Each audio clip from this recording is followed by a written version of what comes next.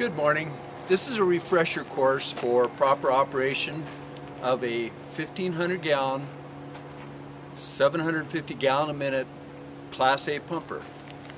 It's an Allegheny and it's on an international chassis.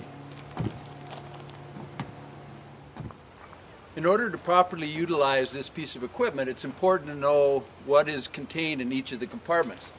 This front compartment contains devices to split hose into manageable sizes.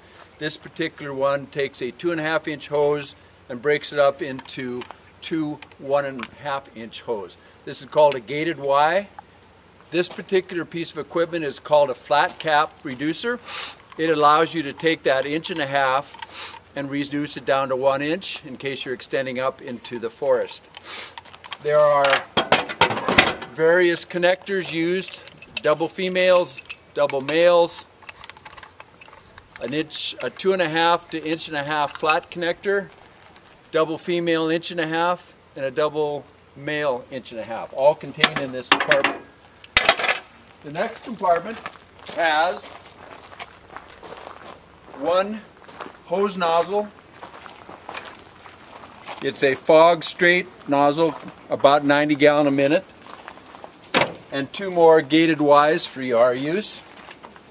Getting back to the middle of the apparatus, we have two storage compartments that contain structural fire hose. Structural hose is a yellow hose. It's thicker, it's a little heavier, it's a little harder to drag, but it's 1.5 inches in this compartment, 2.5 in this compartment. This is primarily used by us to take fire hydrants to resupply water into our various apparatus. If we really want to work hard, this is the compartment we get into because it has axes with a hole on the side called a Pulaski. It's got shovels, it's got straight axes, it's even got a broom so we can clean up our mess. This back compartment has a fire extinguisher. It's an ABC fire extinguisher, and it also contains one of our two SCBAs, self-contained breathing apparatus. In the back here, we've got our swimming pool, also known as a storage tank, so that if we're fighting a fire up in where we do not have access to water or a hydrant, we can fill that up with water from the tank. That pool holds 15 gallons, so that would allow this piece of apparatus to shuttle water while we take water out of the swimming pool to fight the fire. We have our hose shut-off, our wheel chocks, our hydrant wrenches, and another axe contained in this department.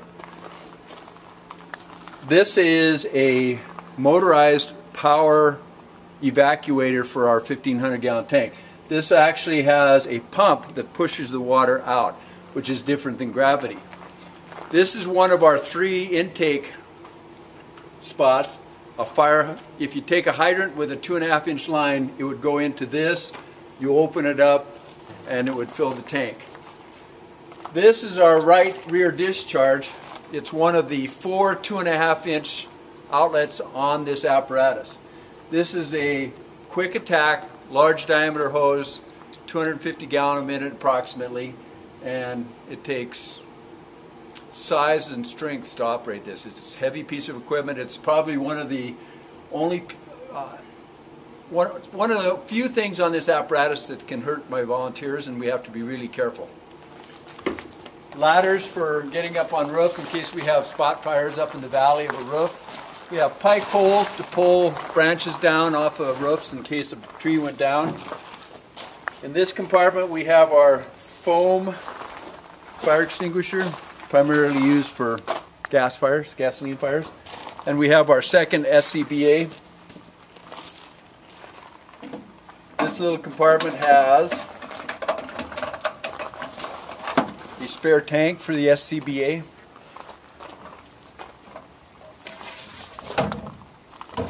Approximately 20 minutes of air, which would allow myself and Eric, which are the only two qualified to go in a burning house.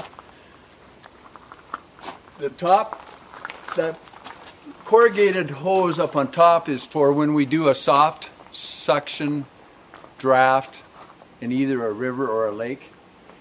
We would put that onto the front of the pump. The pump would suck water, and I believe that the capacity of this engine is approximately 15 feet. And so the water could be 15 feet below us, and we'd be able to suck water up, place it into the tank, and that would be one way that we could shuttle water back into areas that we don't have a hydrant. The brush rig, which is a separate piece of apparatus, carries more chainsaw materials, but we carry one with us primarily so that if we're on a response, come across, which is common here, a tree in our way, we're not stuck. We can cut it out of our way and go. In this compartment we have the wildland fire hose, which is what we prominently use because most of our fires are going to be on the ground or in the trees. Heaven forbid that we actually have a structural fire, but we're capable if we do. This is the 1-inch. They're 100-foot sections. This is the 1.5 inch, which are also 100-foot sections. And you'll notice that the design of the hose is such that when you're ready to extend this, whether you're at a gated Y, you have the luxury of being able to grab this, take a couple of steps, extend it out, take the two working ends of the hose, give one to your pump operator, grab a nozzle for the other end, and you're ready to fight fire. It's a quick attack methodology that works quite well. This compartment has more of our 1.5 inch nozzles. We have a variety for a number of reasons. This is a straight stream nozzle, so that if we have a fire in duff, which is hard to root out, this has the force to kind of grouse around. It's almost like hydraulic drilling. This is called a bayonet style of nozzle, and it's adjustable to either a spray or a straight stream, and it's also adjustable for gallonage, which is important because if you're using your tank and you're at 200 gallons a minute, you're going to drain that tank in 7.5 minutes. So typically speaking, as we're attacking fires, the incident commander or the apparatus officer will instruct their nozzle men or women on which setting to use, depending on whether it's a large contained fire that a large amount of water very quickly will put out, or whether it's a protect the exposures and wait for the heavy troops to get here. So adjustable nozzles are crucial. Now the inside of this Class A pumper is a typical diesel driven apparatus. It's got two batteries, battery 1, battery 2, and both. And so any time that you are going to start this apparatus, the first thing you do is take this Cole-Hershey switch and go 1, all, or both. That gives you the electrical power to start a big diesel motor. The way that you shut a diesel motor off is that you pull this lever, which opens up the compression on the engine and kills the motor. So you make sure that that lever is in. You turn to the key, which is like a key like any other vehicle. Once you've turned the electrical on, once you've made sure that the kill switch is in, once you make sure that your parking brake is engaged, because that is an air brake, and that keeps this apparatus from rolling without you wanting it to. At this point in time, you're going to start the motor. Once it starts, you're going to release the parking brake, put the apparatus in the gear that you wish.